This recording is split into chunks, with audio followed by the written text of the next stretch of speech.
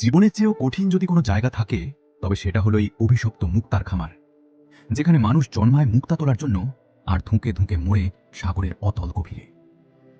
এই গল্পটি এক সাহসী তরুণী দুন উর সারাক্ষণ বন্দিত্ব আর অমানসিক পরিশ্রমে কেটেছে তার শৈশব।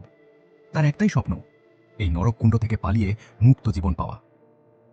ঠিক তখনই খামারের সুপারভাইজার ঘোষণা দেয় এক লোভনীয় কিন্তু ভয়ঙ্কর পুরস্কারের।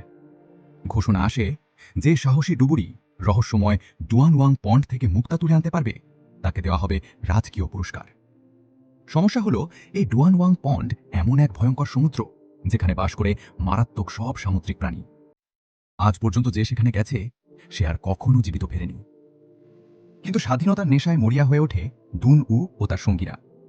প্রাণের মায়া তুচ্ছ করে তারা ছোট্ট নৌকায় পাড়ি জমায় সেই বিপজ্জনক সমুদ্রের দিকে।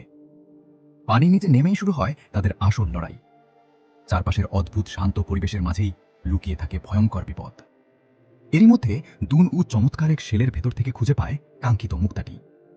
ঠিক তখনই শুরু হয় স্বার্থপরের মতো অন্য ডুবুরিদের কোন্দল। মুক্তাটি ছিনিয়ে নেওয়ার জন্য পানির নিচেই দুন উর ওপর হামলা চালায় তারা। আর ঠিক সেই মুহূর্তে পানির গভীর থেকে ধেয়ে আসে এক বিশাল দানবীয় হাঙর। ভয়ে আত্মা উড়ে যাওয়ার জোগাড়। কোনো মতে যান নিয়ে সাঁতরে নৌকায় উঠে আসে তারা।